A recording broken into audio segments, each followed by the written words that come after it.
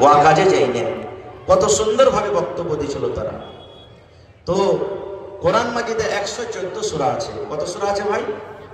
দেখেন পয়েন্টে পয়েন্টে শিখতে পারবেন ইনশাআল্লাহ তাআলা। তাহলে একটা সবক প্রথমে শিখলেন যে কোরআনে কত সূরা আছে? 114 সূরা আছে। যাদের কোনোদিন না বলেন এমন ভাবে তিলে গেছিলেন আপনি। 114 সূরার মধ্যে সব থেকে আগে আল্লাহ তাবারক ওয়া তাআলা যে সূরাটা নাযিল করেছেন ওই সূরাটার নাম হলো সূরাতুল আলাক, যাকে আমরা ইকরা বিসমি রাব্বিকাল্লাযী খালাক বলে আমরা জানি।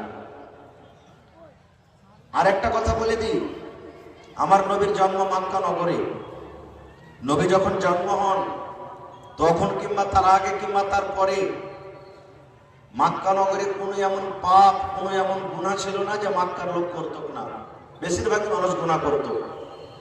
যেমন মদ পান করা আম। আজকে আমাদের বাড়িতে যদি কুটুম চলে আসে, আমরা নাস্তা দিই, চা দিই, ঠান্ডা দিই, কি দিনে তখন স্পেশাল নাস্তা ওদের হলো কি মদ, শরাব। কোন এমন মানুষ, বেশিরভাগই জেনা ব্যভিচার করত, মানুষেরা মিথ্যা কথা বলতো, চগলখড়ি করত, গীবত করত। যুগ যুগ ধরে লড়াই যুদ্ধ চলতো। কেমন যুগ যুগ ধরে?